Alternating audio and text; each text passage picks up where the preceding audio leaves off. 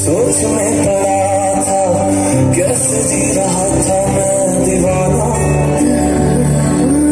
चुपके से आके तूने दिल में समा के तू छेड़ दिया कैसा ये फसाना। मुस्कुराना भी तुझी से सीखा है, दिल लगाने का तू गीत बीता है।